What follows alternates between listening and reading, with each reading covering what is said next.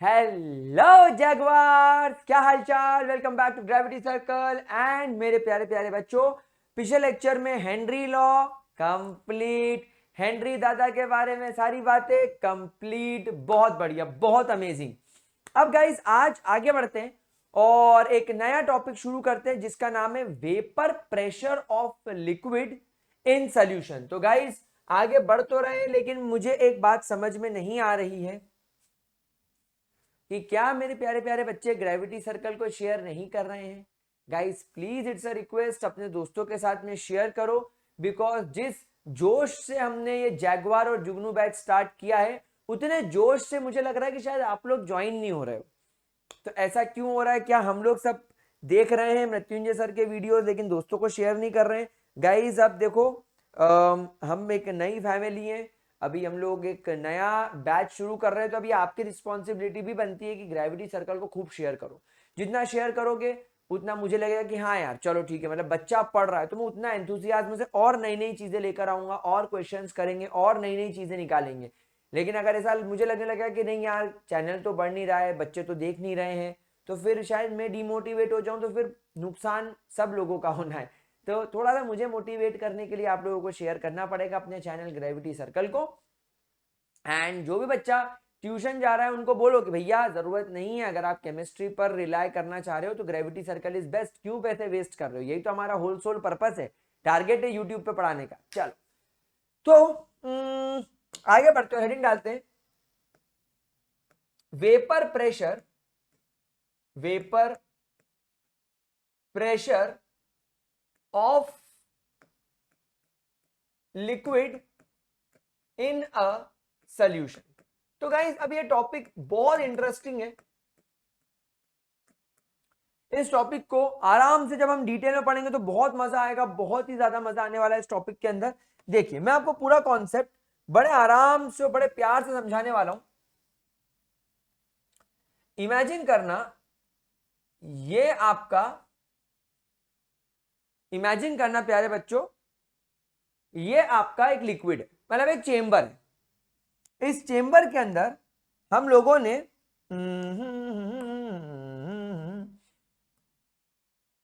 एक लिक्विड भर दिया। ये देखो, इस चेंबर के अंदर हम लोगों ने क्या करा, इस चेंबर के अंदर हम लोगों ने लिक्विड भर दिया। कुछ भी हो सकता है, वाटर, अल्कोहल, व्हाटसोएवर, जो भी लिक्विड आप चाहते हो वो लिक्विड आपने इसके अंदर बढ़िया तरीके से लिक्विड लिक्विड लिक्विड लिक्विड भर दिया। बहुत सारा लिक्विड हो गया सर इसके अंदर, तो है ना, बहुत सारा आपको इसके अंदर लिक्विड दिखाई दे रहा है। अब खास बात क्या है इस लिक्विड की, this liquid should be volatile, this liquid should be volatile liquid. बेटा वोलेटाइल लिक्विड का मतलब होता है जिसके वेपर्स बन सके। वोलेटाइल का मतलब क्या होता है? Which can be able to vaporize itself, और जिनके वेपर्स फॉर्म हो सके उन्हें क्या बोला जाता है? Volatile liquid. अब गाइस जब ये लिक्विड बिल्कुल प्योर होगा, लेट्स से इस लिक्विड का नाम है ए, इस लिक्विड का नाम क्या है? ए। तो इस ए नाम के लिक्विड को जब मैंने इस चेंबर के अंदर रखा, तो अभी सारे के सारे जो मॉलिक्यूल्स होंगे वो सिर्फ ए नाम के लिक्विड के होंगे, क्योंकि अभी प्योर फॉर्म में है। ये अभी अपने एकदम प्योर फॉर्म में है। तो प्योर फॉर्म में होने की वजह से आप देख पा रहे हो कि इसके अंदर जितने भी मॉलिक्यूल्स हैं वो सारे के सारे मॉलिक्यूल्स आपके ए नाम के लिक्विड के हैं। अब थोड़ा सा यहां पर हम आगे चलते हैं।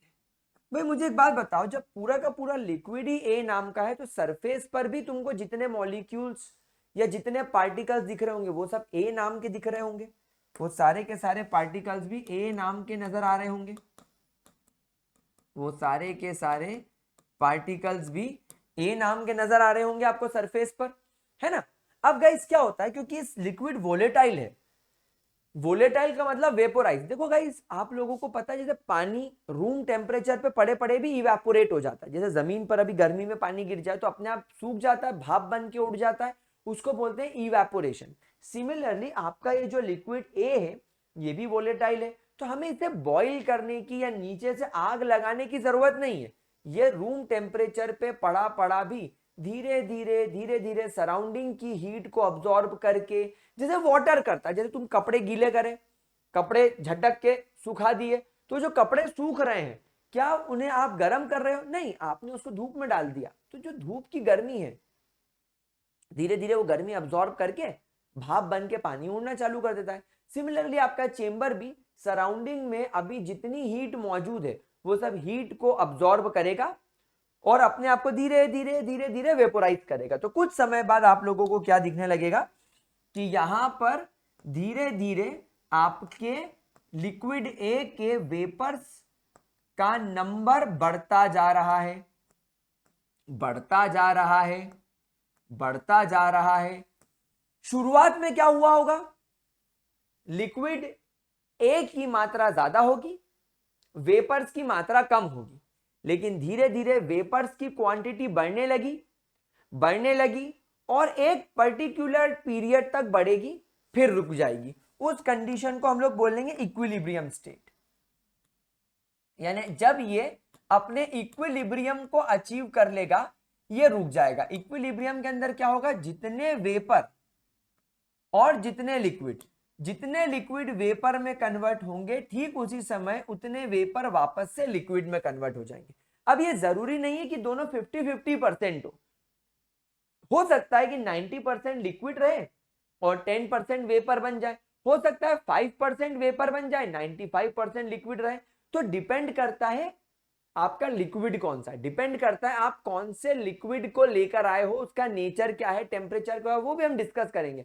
लेकिन अभी समझो कि इक्विलिब्रियम बन गया, यानी जितने वेपर बनने थे उतने वेपर बन गए, अब इक्विलिब्रियम अचीव हो गया। इसका मतलब क्या है कि अब जैसे ही एक लिक्विड वेपर फॉर्म में कन्वर्ट होगा, ठीक उसी समय एक वेपर लिक्विड फॉर्म में कन्वर्ट हो जाएगा। ये इक्विलिब्रियम वाली कंडीशन जनरेट हो गई। समझ में आई मेरे प्यारे बच्चों को बात?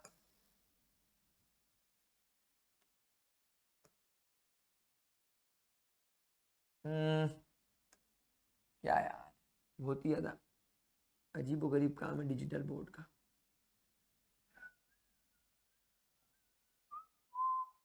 ओके चलो ठीक है, ठीक है मेरे प्यारे बच्चों, क्या आपको यह बात समझ में आ गई कि यहां पर इक्विलिब्रियम जनरेट हो गया? अब मेरी बात ध्यान से समझने की कोशिश करना। अब आ रहा है हमारा मेजर पार्ट। अब क्या हुआ गाइस? वेपर निकला। अब वेपर तो गैसियस फॉर्म में, तो काइनेटिक एनर्जी हाई होगी, तो वेपर चला चला चला चला चला, ये रूफ पे टकराया। रूफ पे टकराने के बाद ढपाक, जब ये रूफ पर टकराया ढम, वापस पलट के उतनी ही ताकत से आकर इसने लिक्विड की सरफेस को मारा ढप। इस वेपर ने वापस से नीचे आके लिक्विड की सरफेस को मारा ढप। इस वेपर ने नीचे आके लिक्विड की सरफेस को मारा ढप। इस वेपर ने नीचे आके लिक्विड की सरफेस को मारा ढप। इसने लिक्विड की सरफेस को मारा ढप। इसने लिक्विड की सरफेस को मारा ढप। यानी क्या होगा? जितने वेपर बनेंगे वो सब ऊपर जाएंगे, रूफ पर टकराएंगे, और रूफ पर टकराने के बाद उतनी ताकत से आके लिक्विड की सरफेस पर गिरेंगे ढम। जैसे आवाज सुनना, ये देखो, ये देखो, ये देखो। तो ये क्या हो रहा है? मैं ऊपर गया और ऊपर से आके फोर्सफुली अटैक करा, फोर्सफुली कोलिजन करा, फोर्सफुली प्रेशर क्रिएट करा। तो यहां पर वेपर्स के द्वारा अपनी ही लिक्विड की सरफेस पर जब प्रेशर क्रिएट किया जाएगा उसे बोला जाएगा वेपर प्रेशर। क्या आप लोगों को बात समझ में आई? तो यहां पर सरफेस पर एक प्रेशर क्रिएट किया जाएगा, तो हम बोलेंगे द प्रेशर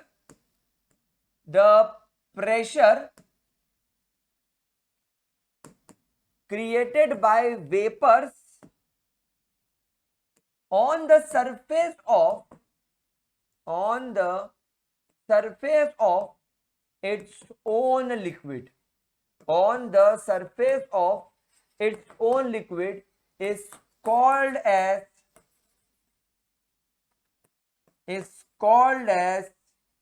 वेपर प्रेशर। उसे क्या बोला जाता है मेरे प्यारे बच्चों? Vapour pressure. यानी जब अपने ही वेपर ऊपर जाने के बाद नीचे आकर अपनी ही लिक्विड की सरफेस पर एक प्रेशर क्रिएट करेंगे, उसे वेपर प्रेशर बोला जाएगा। तो क्या आपको वेपर प्रेशर टर्म क्लियर हुई? क्या आप लोगों को वेपर प्रेशर का कॉन्सेप्ट क्लियर हुआ? अब यहां पर आप मुझे एक बात बताओ, इवेपोरेशन किस पॉइंट पर डिपेंड करता है? मेरे हाथ से जमीन पर पानी गिर गया, मैं जल्दी से भाग के जाऊंगा, पोछा लेकर आऊंगा और पोछा फेर दूंगा। पोछा फेरने से क्या हुआ? पोछा फेरने से तुमने लिक्विड का सरफेस एरिया बढ़ा दिया, पानी को फैला दिया। पानी को फैलाने से क्या हुआ? पानी को फैलाने से उसका सरफेस एरिया बढ़ गया। सरफेस एरिया के बढ़ जाने से उसका इवेपोरेशन का रेट फास्ट हो गया, ज्यादा जल्दी इवेपोरेट होगा। जितना ज्यादा सरफेस एरिया होगा, चीज उतनी ज्यादा जल्दी सूखेगी। तुम्हारे कपड़े धोए, निचोड़े, फिर स्प्रेड करे और झटका और झटक के खुले करके टांगे, क्यों? सरफेस एरिया बढ़ाया। जितना कपड़ा खोल के सुखाओगे उतना ज्यादा जल्दी सूखेगा। तुमने टॉवेल से नहा लिया और टॉवेल को ऐसा कैसा टांग दिया, टॉवेल को खोला नहीं, ऐसा कैसा टांग दिया। आप देखो कि टॉवेल की जितनी सरफेस तुमको दिखाई दे रही है उतनी सूख जाएगी, लेकिन जब तुम टॉवेल खोलोगे तो अंदर अंदर गीलापन महसूस होगा। क्यों? तुमने सरफेस एरिया बढ़ाया नहीं था। तो यहां पर एक बात देखो, जब तुम्हारा लिक्विड ए अपने प्योर फॉर्म में था, जब तुम्हारा लिक्विड ए अपने प्योर फॉर्म में है, इस पूरे लिक्विड की सरफेस पर, इस पूरे लिक्विड की सरफेस पर सिर्फ और सिर्फ लिक्विड ए के ही पार्टिकल हैं। तो जब कभी भी कोई लिक्विड अकेला होता है यानी सॉल्यूशन फॉर्म में नहीं होता है, अकेला होता है, तब लिक्विड की सरफेस पर सारे पार्टिकल्स उस ए नाम के या जो भी आप लिक्विड ले रहे हो उसी के होंगे, उसका सरफेस एरिया ज्यादा होगा। सरफेस एरिया ज्यादा होगा तो ज्यादा वेपर्स बनेंगे, क्योंकि इवेपोरेशन ज्यादा होगा, वेपोरेशन ज्यादा होगा, और ज्यादा वेपोरेशन होगा तो ज्यादा वेपर प्रेशर क्रिएट होगा। क्या ये बात आप लोगों को समझ में आ रही है? जरा इसका स्क्रीनशॉट ले लीजिए। तो हे गाइस, अनअकैडमी से आ गया एक बहुत ऑसम अपडेट। अगर आप लोगों को अभी परचेज करना है सब्सक्रिप्शन, तो गाइस अभी बहुत इंपॉर्टेंट टाइम चल रहा है। अगर आप अभी परचेज कर लेते हैं सब्सक्रिप्शन तो आप लोगों को बहुत कम प्राइस में मिल जाएगा, अदरवाइज रेट्स बढ़ने वाले हैं। तो guys use my code gravity, link in the description box. Purchase your Unacademy subscription now guys. हाँ मेरा प्यारा बच्चों, क्या आप लोगों ने इसको अच्छे तरीके से नोट कर लिया था? बहुत बढ़िया, चलिए ग्रेट, सब कुछ बढ़िया दिख रहा है। अब हम लोग आगे बढ़ते हैं। नो मेरे प्यारे बच्चों, ये जो वेपर प्रेशर है ये किन चीजों पर डिपेंड करता है, ये भी तो देखना पड़ेगा। क्या हमें ये नहीं देखना पड़ेगा कि हमारा वेपर प्रेशर किन चीजों पर डिपेंड करता है? तो आप यहां पर अगली हेडिंग डालेंगे दैट हमारा जो वेपर प्रेशर होता है हमारा देशवासियों, ये डिपेंड करता है, इट डिपेंड्स ऑन, ये किस पर डिपेंड करता है मोदी जी? ये सबसे पहले टेम्परेचर पर डिपेंड करता है। बहुत बढ़िया, किस पर डिपेंड करता है प्यारे बच्चों? टेम्परेचर पर डिपेंड करता है। नाउ टेम्परेचर कैसे? भाई सीधी सी बात है, अगर आप टेम्परेचर बढ़ाओगे, अगर आप टेम्परेचर बढ़ाओगे तो डेफिनेटली आपका जो वोलेटाइल लिक्विड है इसके मॉलिक्यूल्स जो सरफेस पर है इनकी काइनेटिक एनर्जी बढ़ेगी। काइनेटिक एनर्जी बढ़ेगी तो ये fast fast fast fast move करने लगेंगे। ये जितना ज्यादा फास्ट मूव करेंगे, इन मॉलिक्यूल्स के बीच में जो इंटर मॉलिक्यूलर फोर्स है वो उतना जल्दी टूटेगा। भाई मुझे एक बात बताओ, आपने दो बॉल्स को एक पतली लकड़ी से कनेक्ट कर और फिर बॉल्स को ऐसे ऐसे ऐसे ऐसे घुमाया, वो लकड़ी टूट जाएगी, दो बॉल्स अलग हो जाएगी। लेकिन अगर दो बॉल्स को आपने लकड़ी से जोड़ा और आप बस ऐसे ऐसे मूव कर रहे हैं तो क्या लकड़ी टूटेगी? नहीं। तो अभी क्या हो रहा है, लिक्विड के बीच में, ये लिक्विड के लेट से ये वाला मॉलिक्यूल और ये वाले मॉलिक्यूल के बीच में इंटरमॉलिक्यूलर फोर्स है, तभी ये दोनों मॉलिक्यूल पास पास चिपके हुए हैं। तो आप जैसे ही काइनेटिक एनर्जी ज्यादा करोगे यानी टेम्परेचर बढ़ाओगे, टेम्परेचर से मॉलिक्यूल्स की काइनेटिक एनर्जी बढ़ेगी और काइनेटिक एनर्जी के बढ़ने की वजह से इनके बीच का इंटरमॉलिक्यूलर फोर्स टूटेगा और जैसे फोर्स टूटेगा ये अपने वेपर फॉर्म में कन्वर्ट हो जाएंगे और जब ये अपने वेपर फॉर्म में कन्वर्ट हो जाएंगे तो ज्यादा वेपर बनेंगे। ज्यादा वेपर यहां पर इकट्ठे होंगे तो ज्यादा वेपर छत से टकराकर वापस सरफेस को आकर मारेंगे। तो ज्यादा वेपर अगर सरफेस को आकर मारेंगे तो वेपर प्रेशर भी ज्यादा हो जाएगा। तो यहां पर हम बोलेंगे on increasing the temperature kinetic energy of liquid molecule increases. बिल्कुल sir, liquid molecule increases, so therefore intermolecular force between the molecule decreases and therefore evaporation increases and therefore evaporation increases। evaporation के बढ़ जाने की वजह से जब आपके number of vapours increase होंगे, जब आपके नंबर ऑफ वेपर्स इंक्रीज होंगे तो देयरफॉर आपका वेपर प्रेशर भी इंक्रीज होगा। तो यहां पर क्या मैं ऐसा बोल सकता हूं कि जो आपका टेम्परेचर है is directly proportional to vapour pressure?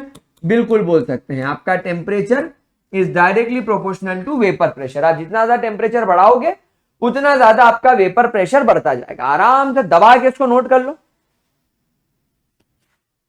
Note कर लो, नोट कर लो, नोट कर लो, ले ले ले ले ले ले नोट कर लो, नोट कर लो।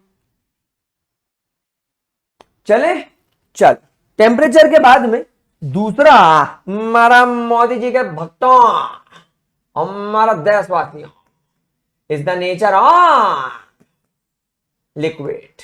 आप जो लिक्विड का वेपर प्रेशर देखना चाहते हो उसका नेचर कैसा है? क्या उसका नेचर हमारी तरह मेल मिलापी है या फिर हमारी तरह किसी से मिलने वाला नहीं है? ओ देखिए, जैसे ही हमने राहुल जी का नाम लिया सब ब्लर हो गया, धुंधला हो गया। हम इसे मैनुअल पर कर देते हैं। आप मेरी बात को समझिए, अब इसमें तकलीफ नहीं आएगी। चलिए तो नेचर ऑफ लिक्विड की तरफ चलते हैं। Now guys, nature of liquid की अगर मैं बात करूं तो नेचर ऑफ लिक्विड मतलब क्या? भाई लिक्विड के दो मॉलिक्यूल्स के बीच में इंटरमॉलिक्यूलर फोर्स कैसा है? स्ट्रॉन्ग है या वीक है? तो यहां पर नेचर ऑफ लिक्विड के अंदर क्या होगा? Nature of liquid means the type of intermolecular force between the molecules of liquid,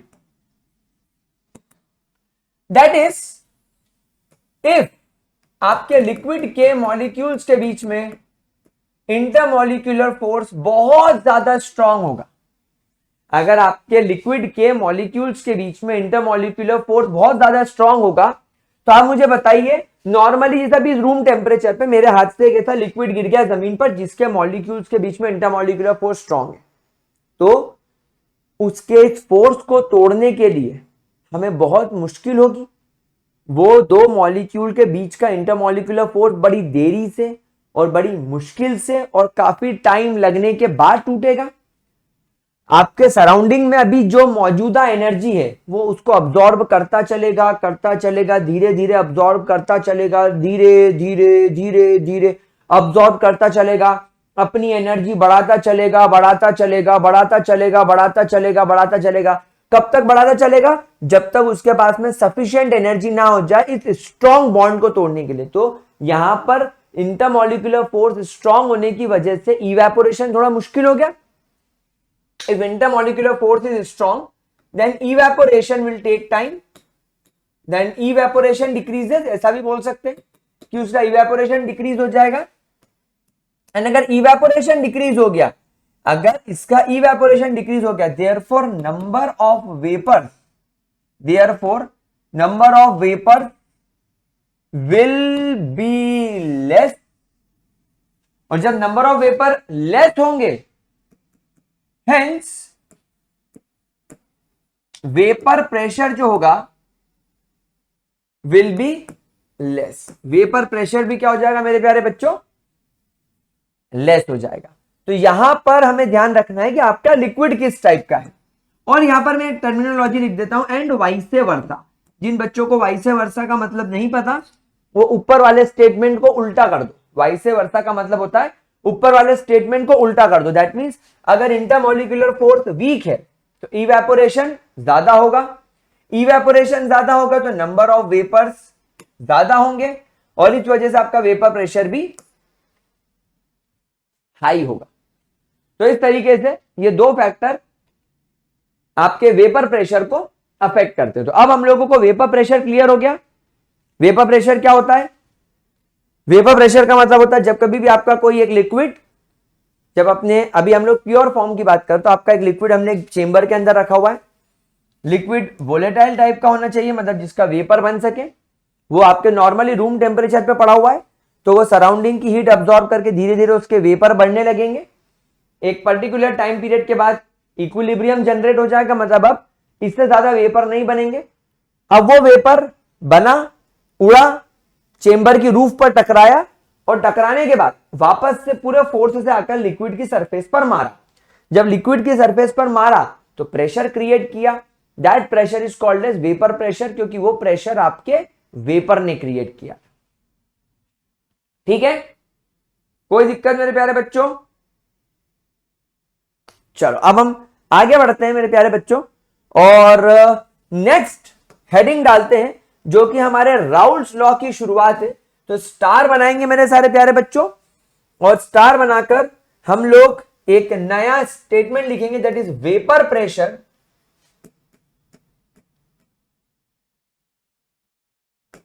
of liquid in liquid solution. मतलब यहां पर मेरा कहने का क्या मतलब है, सब लोग ध्यान से सुनेंगे। यहां पर हम लोग क्या करने वाले, एक सॉल्यूशन बनाने वाले। यहां पर हम लोग क्या करने वाले, एक सॉल्यूशन बनाने वाले। और ये जो सॉल्यूशन बनेगा मेरे प्यारे बच्चों, इसमें सॉल्यूट भी लिक्विड होगा और सॉल्वेंट भी लिक्विड होगा। तो यहां पर हम लोग जो सॉल्यूशन प्रिपेयर करने वाले हैं, इस सॉल्यूशन के अंदर आपका जो सॉल्यूट है और आपका जो सॉल्वेंट है, दोनों ही आपके वोलेटाइल लिक्विड के टाइप के होंगे। दोनों ही आपके वोलेटाइल लिक्विड के टाइप के होंगे। समझ में आ रही है मेरे प्यारे बच्चों को बात? तो अब यहां पर क्या केस होने वाला है वो हम लोग ध्यान से समझने की कोशिश करेंगे। तो क्या मैं आगे बढ़ूं? मैं यहां पर जब पूरा ये समझाऊंगा, मैं सॉल्यूट को कंपोनेंट 2 नाम देने वाला हूं और सॉल्वेंट क्योंकि ज्यादा मात्रा में होता है इसीलिए इसे कंपोनेंट 1 नाम देने वाला। मतलब हमारे पास में सॉल्यूशन में 2 कंपोनेंट होंगे, कंपोनेंट 1 सॉल्वेंट, कंपोनेंट 2 सॉल्यूट। क्योंकि सॉल्यूट कम मात्रा में होता है तो ट्रिक है ये, आपको याद करने की ट्रिक है। सॉल्यूट कम मात्रा में होता है, कंपोनेंट 2 दूसरे नंबर पर आएगा। ज्यादा मात्रा में सॉल्वेंट होता है, फर्स्ट नंबर पर आएगा। ठीक है, आगे बढ़े,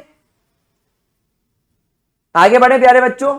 चलो ग्रेट। अब पूरी इस कंडीशन को समझने की ध्यान से कोशिश करना, बिल्कुल समझ में आएगा, 100% समझ में आएगा, लेकिन पूरा कंसंट्रेशन मेरी तरफ होना चाहिए। अगर आप में से किसी के बाबू ने खाना नहीं खाया है तो थोड़ी देर रुक जाओ, हम इस कॉन्सेप्ट को समझ लें, फिर हम मिलके उसको खाना खिलाएंगे। मस्त जोक मारा है। चल, ये मेरे पास में चेंबर 1 है। इस चेंबर में 1 में मैंने लेट से यहां पर आपका सॉल्यूट रखा हुआ है। सॉल्यूट, सॉल्यूट क्या है? यहां पर खास बात यह है कि आपका सॉल्यूट भी एक वोलेटाइल लिक्विड है। आपका सॉल्यूट भी क्या है? एक वोलेटाइल लिक्विड है। कोई दिक्कत, कोई परेशानी, कोई समस्या? 100% क्लियर हो गई बात? ओके। यहां पर आप देख रहे हो कि सॉल्यूट की सरफेस पर तो सारे के सारे पार्टिकल सॉल्यूट के हैं। तो यहां पर क्योंकि सॉल्यूट की सरफेस पर सारे मॉलिक्यूल्स सॉल्यूट के हैं, यहां पर आप लोगों को जितने वेपर दिखाई देंगे, यहां पर आप लोगों को जितने भी वेपर दिखाई देंगे वो सारे वेपर्स किसके होंगे? सॉल्यूट के।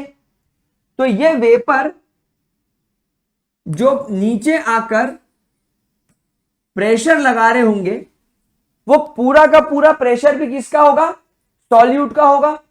क्या ये बात समझ में आ गई? तो यहां पर हम इस वेपर प्रेशर को क्या नाम देने वाले, देखिए वेपर प्रेशर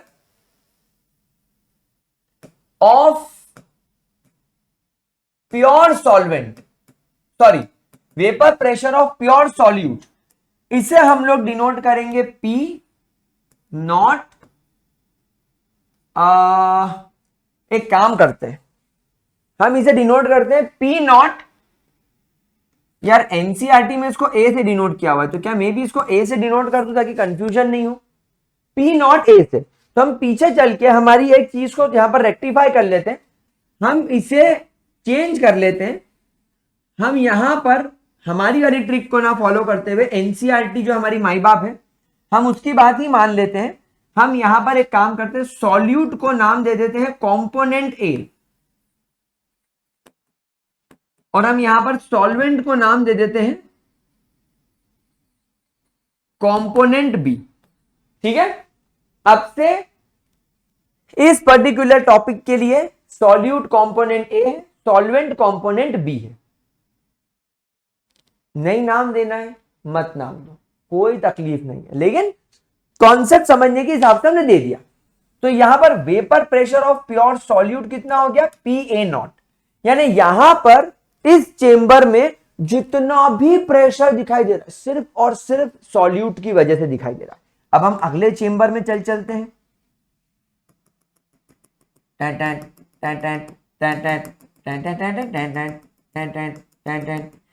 इसके अंदर तो मुझे नीला नीला पानी दिख रहा है, क्या ये हनी सिंह का गाना है, आज ब्लू है पानी पानी पानी, मुझे गाना बहुत पसंद आता है।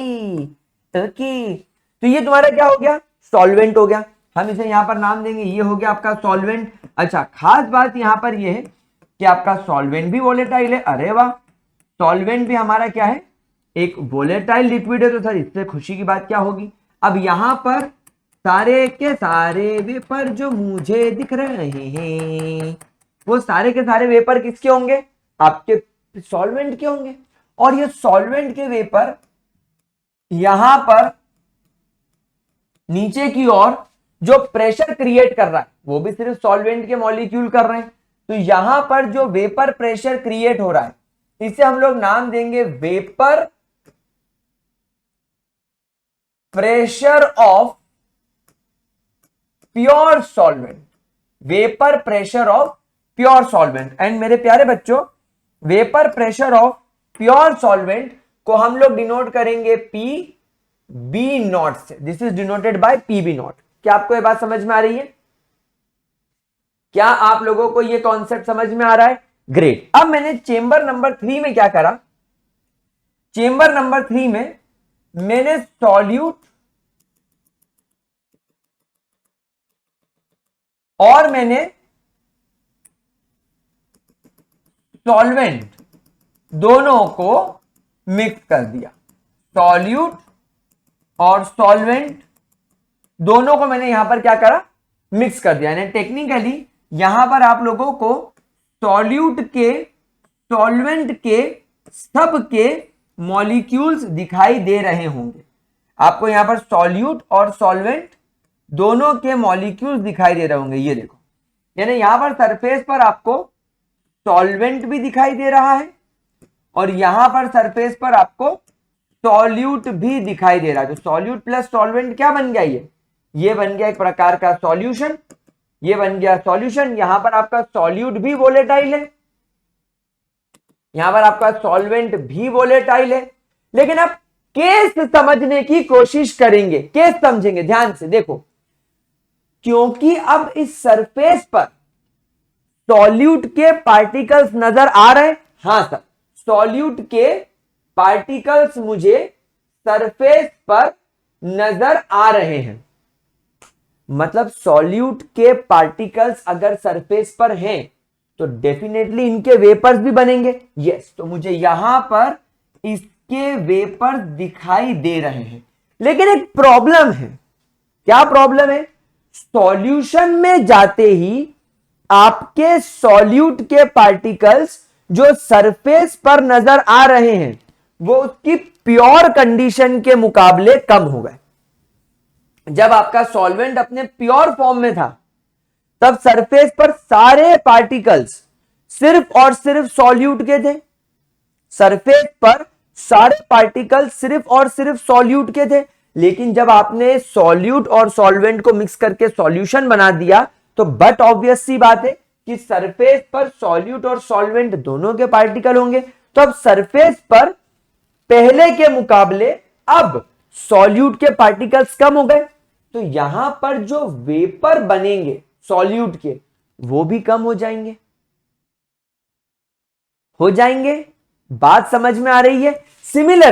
सिमिलरली जो आपके सॉल्वेंट के पार्टिकल्स हैं सरफेस पर, आपके सरफेस पर जो सॉल्वेंट के पार्टिकल्स हैं वो भी अपने प्योर फॉर्म के मुकाबले यहां पर कम हो गए। भाई जब ये अपने प्योर फॉर्म में सॉल्वेंट हुआ करता था, जब सॉल्वेंट अपने प्योर फॉर्म में हुआ करता था तब सरफेस पर सारे पार्टिकल सॉल्वेंट के थे। लेकिन अब यहां पर सरफेस पर सॉल्यूट और सॉल्वेंट दोनों के हैं, तो यहां पर सॉल्वेंट के पार्टिकल्स भी अपने प्योर फॉर्म से कम हो गए, तो उसके वेपर्स भी यहां पर कम बनेंगे। तो यहां पर हम लोग क्या करेंगे, 2 सेकेंड के लिए स्टार बनाएंगे और एक बड़ा इंपॉर्टेंट सा और बड़ा ऑसम सा पॉइंट लिखेंगे दैट वेपर प्रेशर, एक बड़ा इंपॉर्टेंट सा और ऑसम सा पॉइंट लिखेंगे that vapour pressure of pure solvent और pure solute is always higher than the vapor pressure of solute or solvent in solution। ये पॉइंट आप लोगों को बहुत इंपॉर्टेंट रहेगा और आपको इसको इंपॉर्टेंट तरीके से ध्यान रखना है, ठीक है। अब वापस पीछे चलते हैं, आप स्क्रीनशॉट ले लेना, इसका स्क्रीनशॉट ले लेना और फिर इसको अपने नोट्स में प्रॉपर्ली नोट कर लेना स्टार बना के। हाँ, अब मुझे एक बात बताओ कि यहां पर आपके जो सॉल्यूट के पार्टिकल्स हैं वो सरफेस पर जो वेपर प्रेशर लगा रहे होंगे वो अपने प्योर फॉर्म से कम होगा। तो जब इसके प्योर फॉर्म में वेपर प्रेशर को मैंने PA0 नाम दिया, तो क्या यहां पर भी मैं इसके वेपर प्रेशर को PA0 नाम दे दूं? नहीं सर, वहां पर PA0 की वैल्यू ज्यादा होती थी क्योंकि वहां पर सारे के सारे सरफेस पर पार्टिकल सॉल्यूट के थे, इसलिए उसके वेपर ज्यादा थे तो वेपर प्रेशर भी ज्यादा था। यहां पर सॉल्यूट के पार्टिकल सरफेस पर कम हो गए इसलिए इसका वेपर प्रेशर भी कम हो गया। तो यहां पर हम लोग नाम देंगे इस चीज को, एक नया नाम देंगे दैट इज वेपर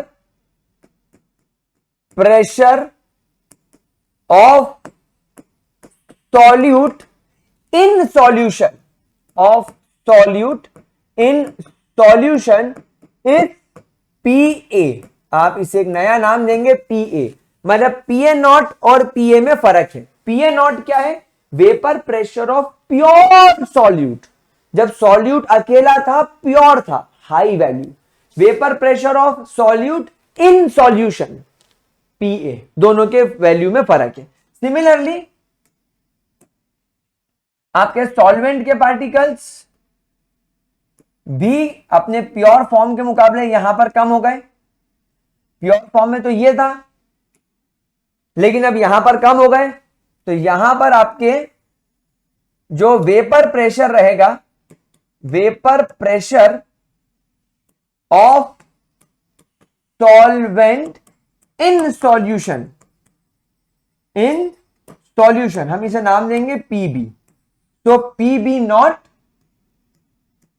और PB में बहुत फर्क है। PB0 ज्यादा बड़ी वैल्यू है प्योर फॉर्म की वैल्यू, और यहां पर ये इम्प्योर फॉर्म की वैल्यू। क्या आप लोगों को इतना कॉन्सेप्ट समझ में आया? क्या आपको इतना कॉन्सेप्ट समझ में आया? अब यहां पर आए राउल्स। ये पूरा ऑब्जर्वेशन कौन देख रहे थे? ये पूरा ऑब्जर्वेशन देख रहे थे राउल्स। इसका आपने स्क्रीनशॉट ले लिया, आपने इसको नोट कर लिया, ग्रेट। तो इतना पूरा ऑब्जर्वेशन देख रहे थे आपके राउल्स। राउल्ट साहब उन्होंने हमें एक इंपॉर्टेंट बात समझाई और यहां पर हमारे लिए उन्होंने एक लॉ प्रपोज करा जिसे बोला गया राउल्ट लॉ। राउल्ट ने बोला दैट आपका pressure of the solution P total का मतलब उन्होंने बोला vapour pressure of solution, vapour pressure of solution is equal to, भाई आपने Dalton's law of partial pressure तो पढ़ा ही है। डाल्टन्स क्या बोलते थे कि एक चेंबर में मेरे पास में गैस ए है, तो उस चेंबर में जो प्रेशर होगा वो गैस ए की वजह से होगा, हम उसे पीए नाम दे देते हैं। एक चेंबर है बी, उस चेंबर में गैस बी नाम की है, तो उस चेंबर में जो भी प्रेशर होगा वो बी नाम की गैस की वजह से होगा, हम उस प्रेशर को पीबी नाम दे देते हैं। जब मैं इन दोनों गैसेस को मिक्स करके एक ही डब्बे में रख दूंगा तो उस डब्बे का टोटल प्रेशर किसके बराबर होगा, पीए प्लस पीबी के बराबर। यानी गैस ए अपना प्रेशर जो लगाती है वो लगाएगी, गैस भी अपना जो प्रेशर लगाती है वो लगाएगी, दोनों का आप जोड़ दो। सिमिलरली राउल्ट्स ने हमें यहां पर बोला कि अब तुमने एक सोल्यूशन बना दिया है, अब इस सोल्यूशन में सॉल्यूट अपना वेपर प्रेशर पीए क्रिएट कर रहा है और सॉल्वेंट अपना वेपर प्रेशर पीबी क्रिएट कर रहा है। So the total vapour pressure of this solution, इस सॉल्यूशन का जो टोटल वेपर प्रेशर होगा वो डेफिनेटली पीए प्लस पीबी के बराबर होना चाहिए। सबने बोला हाँ बिल्कुल सर बराबर होना चाहिए, तो यही आपने राउल्ट्स लॉ में पढ़ा, that vapour pressure of a solution, vapour pressure of a solution is equal to the vapour pressure of solute in solution plus vapour pressure of solvent in solution, ये इसके बराबर होता है। लेकिन अब आती है यहां पर मेजर और इंपॉर्टेंट बात, हम जब एक सॉल्यूशन बना देते हैं तो सॉल्यूशन में तो हमें पी टोटल की वैल्यू मिल जाएगी। आप मुझे एक बात बताओ, आपने चेंबर में यहां पर मान लो बैरोमीटर लगा दिया, आपने यहां पर क्या करा, एक बहुत सुंदर सा, एक बहुत प्यारा सा, एकदम प्यार भरा आपने यहां पर एक बैरोमीटर अटैच कर दिया, ठीक है, आपने यहां पर एक बैरोमीटर लगा दिया, डन। अब ये बैरोमीटर पे जो वैल्यू आएगी वो तो पी टोटल की आएगी, बैरोमीटर पर जो वैल्यू आ रही है वो तो पी टोटल की वैल्यू आ रही है। बैरोमीटर को थोड़ी पता है बैरोमीटर में हीलियम मरकरी के लेवल को थोड़ी पता है कि सॉल्यूट का कितना है सॉल्वेंट का कितना है, वो तो आपको पी टोटल बता देगा। तो अब क्या करें, तो हम लोग एक काम करते हैं, हम लोग सोचते हैं कि यार हमने सॉल्यूशन बनाया, सॉल्यूशन में हमारा सॉल्यूट कौन है, हम बोलेंगे ये हमारा सॉल्यूट है, हम क्या बोलेंगे हमारा सॉल्यूट ये है। तो हम इस सॉल्यूट में क्या करेंगे, यहां पर एक बैरोमीटर लगाएंगे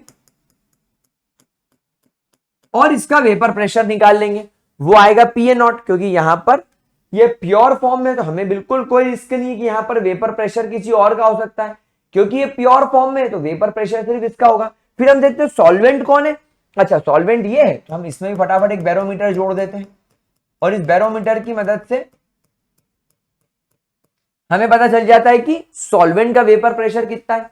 अब हम लोग क्या करते हैं, अब हम आते हैं सॉल्यूशन में, अब हम सॉल्यूशन में पूछते हैं कि सॉल्यूशन में कितना फ्रैक्शन सॉल्यूट का है और कितना फ्रैक्शन सॉल्वेंट का है। जैसे फॉर एग्जांपल मैं घर में 10 रोटी खाता हूं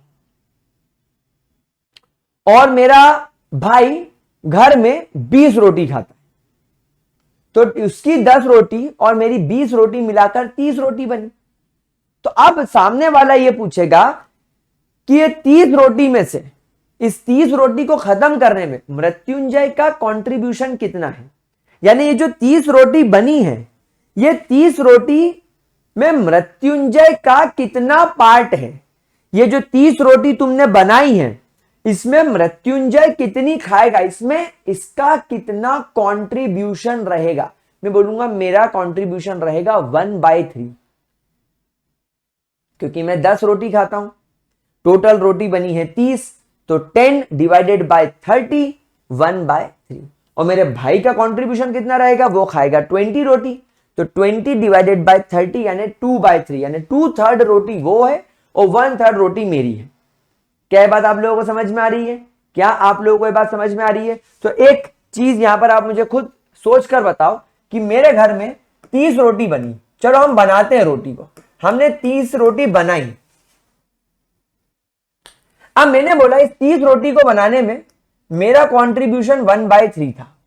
मृत्युंजय का इस 30 रोटी को बनाने में कंट्रीब्यूशन 1/3 था, और घर में जो 30 रोटियां बनी है, जो टोटल 30 रोटी बनी है, मतलब पी टोटल, हमारा पी टोटल कितना हो गया 30 रोटी, इसको बनाने में चलो अमृता का कंट्रीब्यूशन 2/3 था।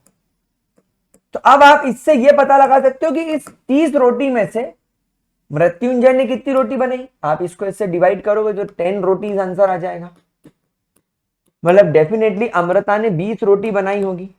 तो ये तुम्हारा पी ए की वैल्यू हो गई, ये तुम्हारी पी बी की वैल्यू हो गई। समझ में आया मेरे प्यारे बच्चों? तो इस तरीके से हम लोग यहां पर फ्रैक्शन का इस्तेमाल करेंगे। अब मेरे पास में यहां पर सॉल्यूशन है, अब यहां पर मेरे पास में सॉल्यूशन है। आप लोग सब जानते हो सॉल्यूशन का जो मोल फ्रैक्शन होता है, सॉल्यूशन का जो मोल फ्रैक्शन होता है वो हमेशा 1 के बराबर होता है। तो सॉल्यूशन में number of moles of solute कितने हैं और सॉल्यूशन में number of moles of solvent कितने हैं, अगर आपको मोल फ्रैक्शन पता चल जाए तो इससे आप लोग पी ए की वैल्यू निकाल सकते हो। तो पी ए यानी vapour pressure of solute in solution is equal to, जब वो अपने प्योर फॉर्म में होता होगा, जब वो अपने प्योर फॉर्म में होता होगा तब उसका वेपर प्रेशर कितना रहता होगा, जब वो अपने प्योर फॉर्म में होता होगा तब उसका वेपर प्रेशर कितना रहता होगा, जो भी रहता होगा, मल्टीप्लाई बाय आज इस सॉल्यूशन में उसका कितना हिस्सेदारी है, आज इस सॉल्यूशन में उसकी कितने हिस्सेदारी है। क्या बात समझ में आ गई? फॉर एग्जाम्पल मेरे पास में एक बिजनेस है, मेरे पास में एक बिजनेस है, उस एक बिजनेस से मैं कमाता था 5 करोड़ रुपए। मेरे पास में एक बिजनेस है, उस बिजनेस से मैं एक साल में कमाता था 5 करोड़ रुपए, लेकिन बाद में मैं शार्क टैंक पे गया और शार्क टैंक पे जाने के बाद मैंने मेरे बिजनेस की 40% हिस्सेदारी शार्क्स को दे दी, तो अब मेरे पास में 60% बचा, यानी मेरे पास में मेरे बिजनेस का सिर्फ 60% ही पार्ट बचा। क्या मैं सही बोल रहा हूं? हाँ या ना? मतलब मेरे पास में मेरे बिजनेस का सिर्फ 0.6 पार्ट बचा,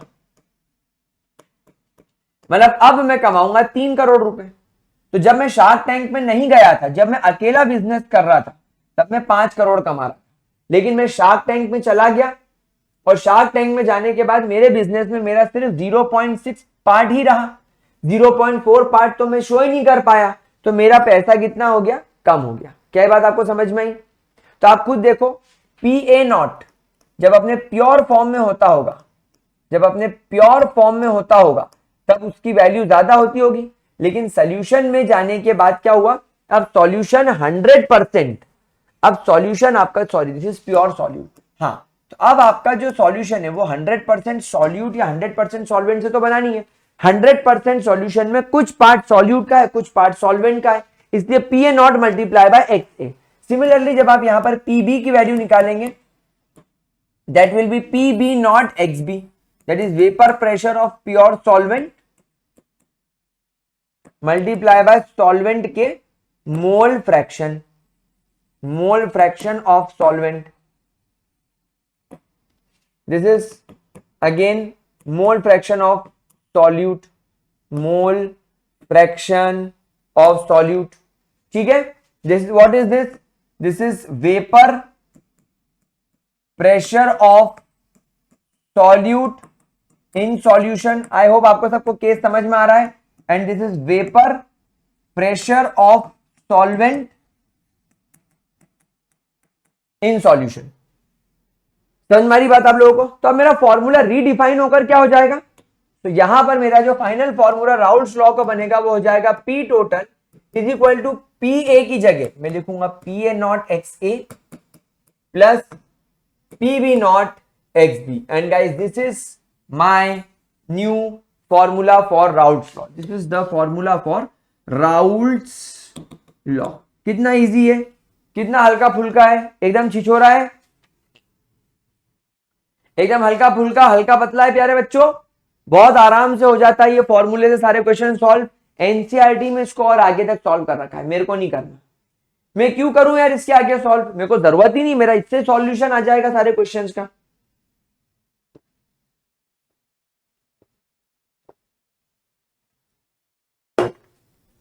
चले आगे बढ़े,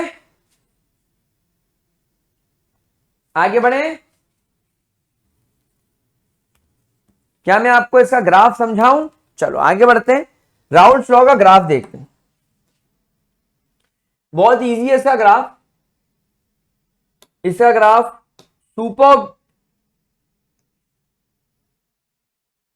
सुपरबली इजी ग्राफ है, समझने की जरूरत है, बस दिमाग लगाना, समझना आ जाएगा। देखो यहां पर मैं दो एक्सिस लेकर चल रहा हूं, यहां पर मैं दो चीजें लेकर चल रहा हूं।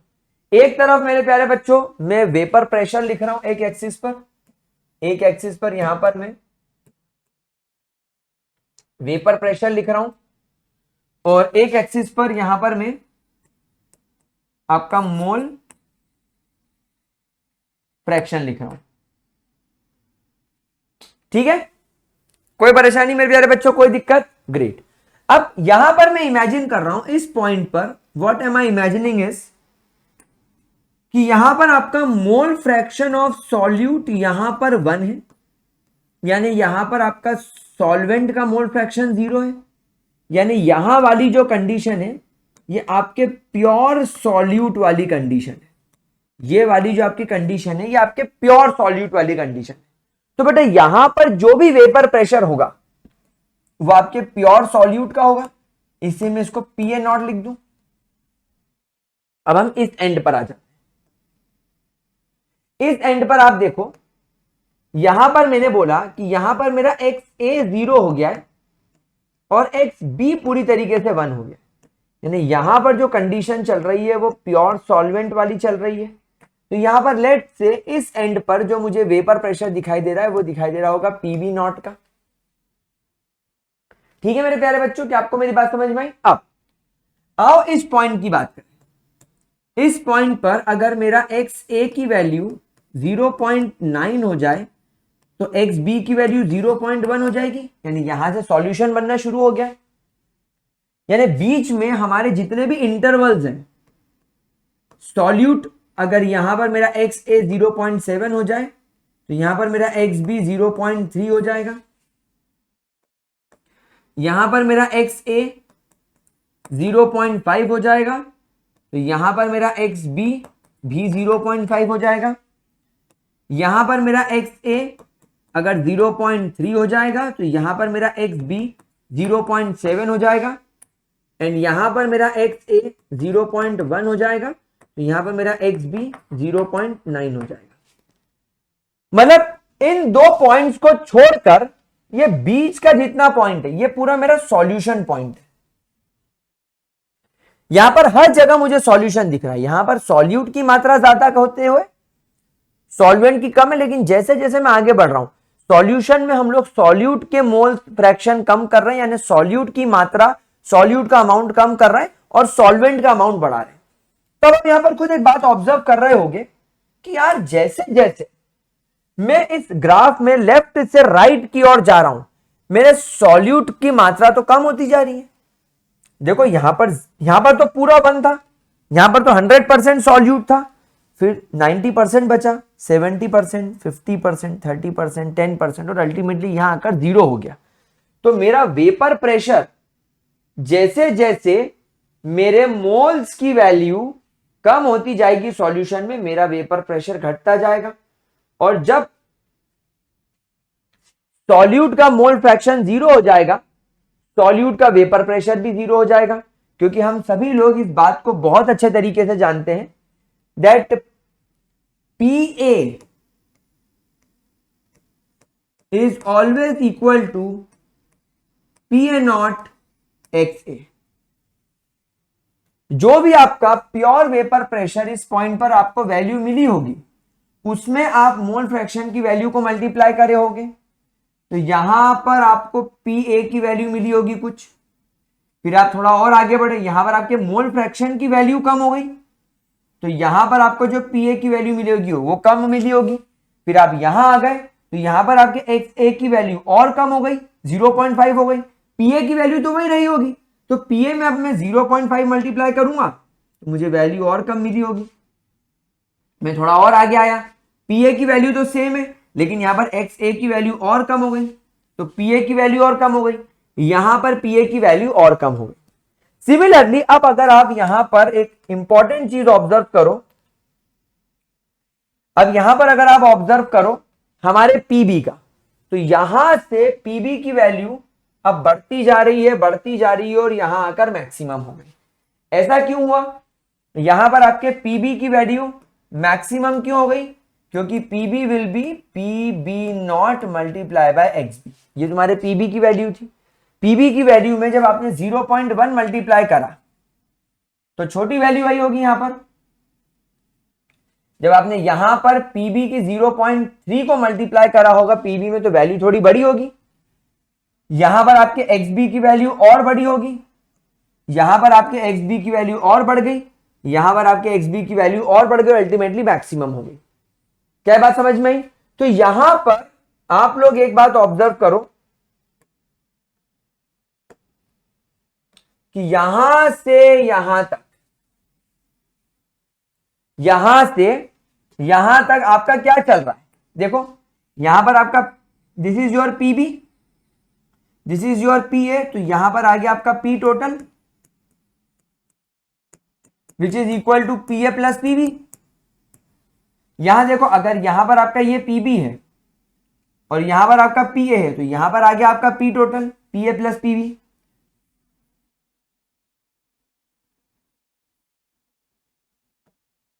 अगर यहां पर आपका पीए है, यहां पर आपका पीबी है, तो यहां आ गया आपका पी टोटल। यहां अगर आपका ये पीए है, यहां पर अगर आपका ये पीबी है, तो यहां पर आ गया आपका पी टोटल। यहां पर अगर आपका ये पीए है, ये पीबी है, तो यहां पर आ गया आपका पी टोटल। तो इस तरीके से PA plus PB will be equal to P total. और ये आपके राउल्ट्स लॉ का ग्राफ है। देखने में लगता है कि बाप रे पता नहीं क्या ग्राफ है, बट देखो कितना प्यारा, कितना मासूम, कितना सुंदर और कितना सुशील ग्राफ है। ठीक है, चलो इस ग्राफ को नोट करो, फिर आगे बढ़ते हैं मजे से।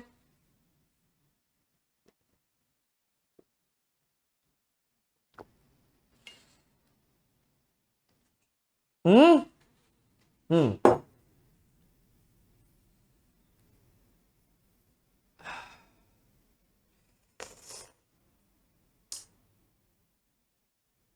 चलें अब मेरे प्यारे बच्चों एक सवाल और, एक सवाल और जो बहुत बार बहुत फ्रीक्वेंटली आ जाता है, वो अब हम लोग यहां पर समझने की कोशिश करते हैं। देखो मेरे प्यारे बच्चों, ये तुम्हारा सॉल्यूट है और लेट्स से ये तुम्हारा सॉल्वेंट है। हमने एक सॉल्यूशन बना लिया। हम लोग सब जानते हैं सॉल्यूट के पार्टिकल और सॉल्वेंट के पार्टिकल सरफेस पर होंगे, ये सब बात हम लोग जानते हैं। We all know this point है ना, इसमें कोई ज्यादा अब डिस्कस करने वाला मैटर बचा नहीं है। अभी आप लोग सब बहुत बढ़िया और बहुत अच्छी तरीके से जानते हैं। अब आप मुझे एक बात बताओ, वेपर इसके भी दिखाई दे रहे हैं और वेपर्स इसके भी दिखाई दे रहे हैं। अब अभी तक आप लोगों ने सॉल्यूशन में आप लोगों ने अभी तक सॉल्यूशन के अंदर सॉल्यूट और सॉल्वेंट के मोल फ्रैक्शन तो निकाल लिए। इसको आपने नाम दिया XA, इसको आपने नाम दिया XB, इससे आपका बन गया X ऑफ सॉल्यूशन। ये आप तो जानते हो। लेकिन गाइस अब सवाल पता है क्या आता है?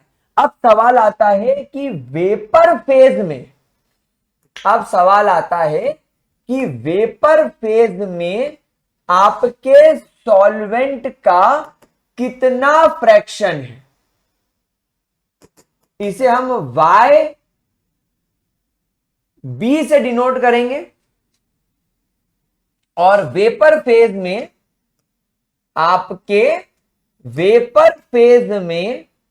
आपके सॉल्यूट का कितना फ्रैक्शन है, यानी कितना मोल फ्रैक्शन है, इसे हम YA से डिनोट करेंगे।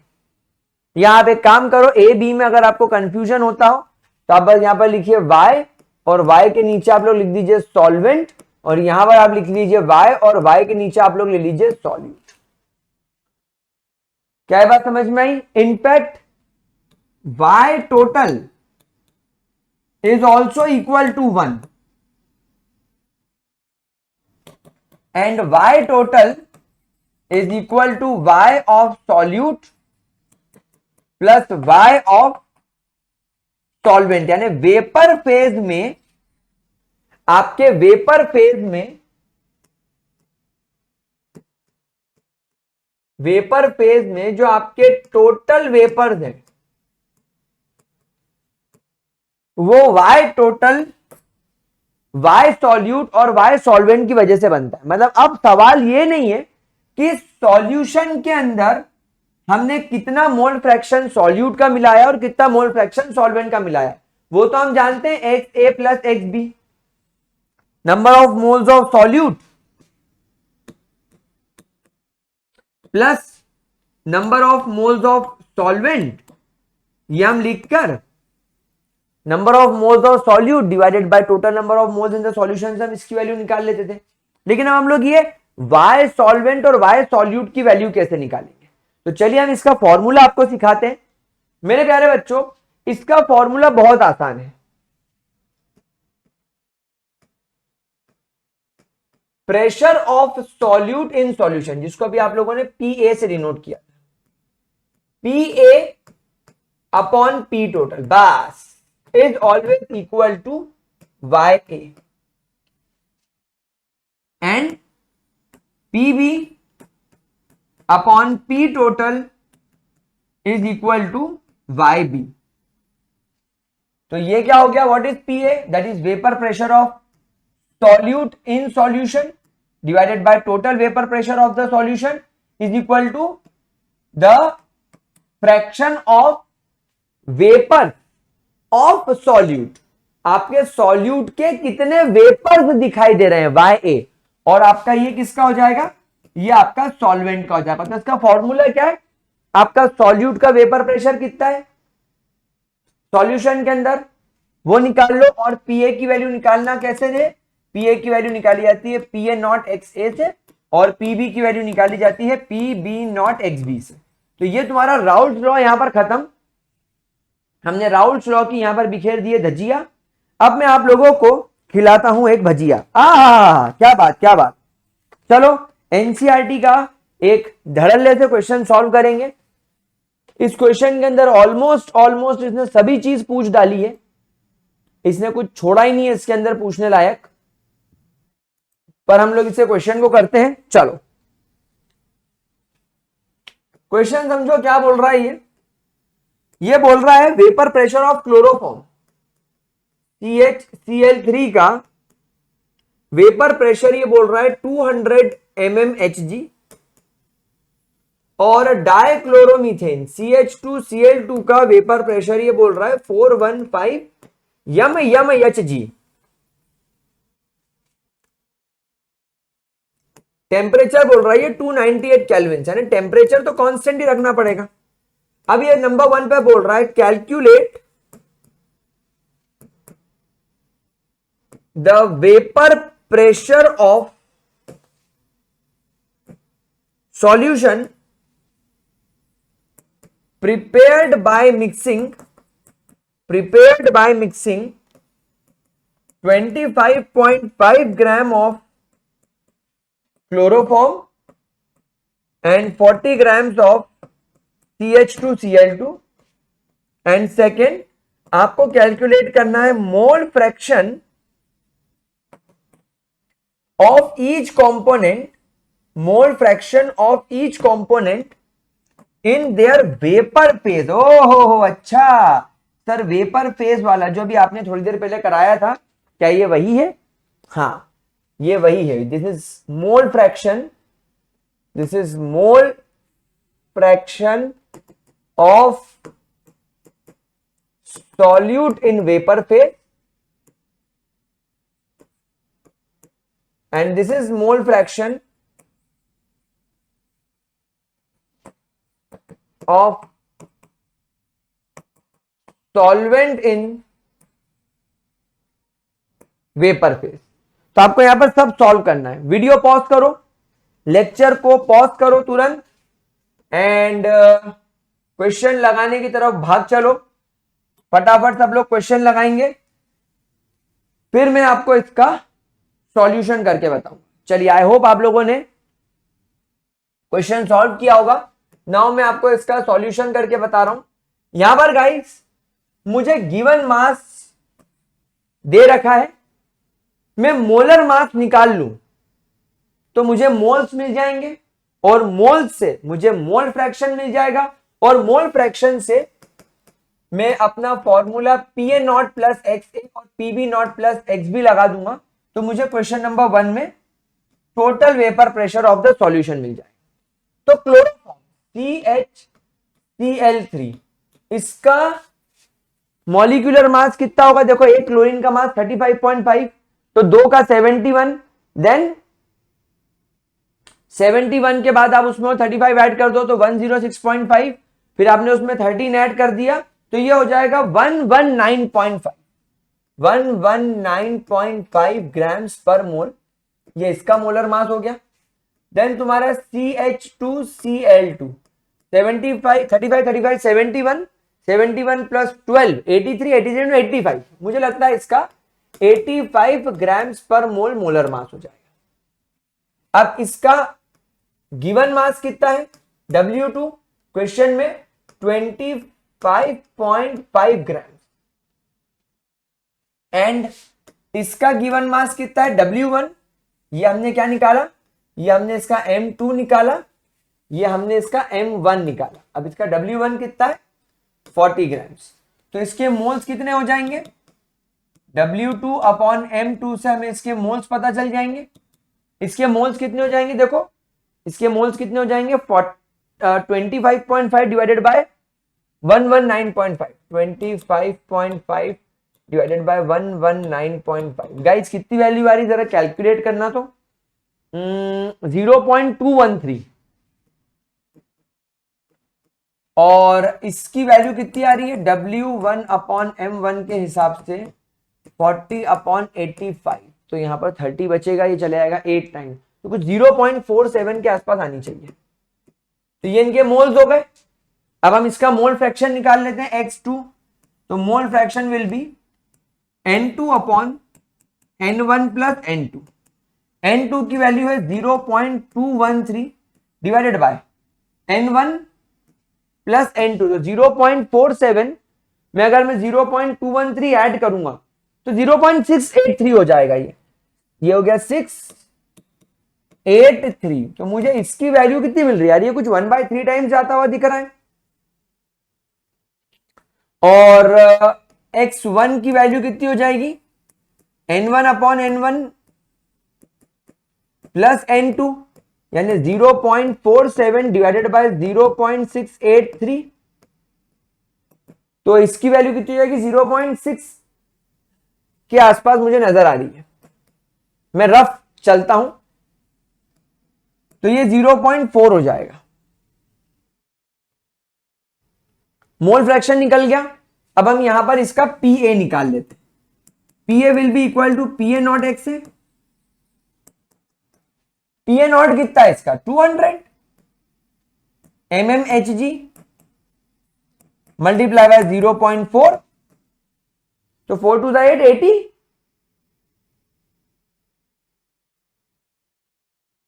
लगभग 80, बिल्कुल सर, ये लगभग 80 के बराबर होगा, 80 mmHg। और इसके PB की वैल्यू कितनी आएगी? 415 mmHg मल्टीप्लाई बाय 0.6, तो क्या वैल्यू आएगी इसकी? कैलकुलेट करना पड़ेगा इसको, थोड़ा सा लंबा हो जाएगा वरना। आप भी मेरे साथ कैलकुलेट कीजिए। 415 में 0.6 को मल्टीप्लाई करने से वैल्यू आई 249 mmHg। तो आपका P टोटल कितना हो गया? P total will be equal to PA plus PB, ये हो जाएगा 80 प्लस 249, तो वैल्यू हो जाएगी 329 mmHg, 329 mmHg। देखो, आपकी एनसीईआरटी में वैल्यू थोड़ी अलग हो सकती है, क्योंकि यहां पर मैंने इसको अप्रोक्सीमेट लिया है, कैलकुलेशन को आसान करने के लिए मैंने इसको अप्रोक्सीमेट लिया है। हो सकता है एनसीईआरटी में उसके लिए 0.68 आ रही हो, तो ये 0.32 हो जाएगा, तो फर्क आ जाता है वैल्यू में। मतलब मैंने आपको ये फॉर्मूला इंप्लीमेंट करना सिखाया है। अगर आप इसको एग्जैक्टली सॉल्व करोगे तो करके देख लेना, अगर आप यहां इसको एग्जैक्टली लेकर आओगे, इसको एग्जैक्टली लेकर आओगे, तो आपके इसकी और इसकी वैल्यू बदल जाएगी, थोड़ी बढ़ जाएगी, तो आपका आंसर 349 हो जाएगा। बट मेरे हिसाब से मैंने आपको सॉल्यूशन सिखाया, इसका आंसर आ गया 329 mmHg। अभी आपसे बोल रहा है दोनों कंपोनेंट का, अभी आपसे क्या बोल रहा है, दोनों कंपोनेंट का मोल फ्रैक्शन निकालो।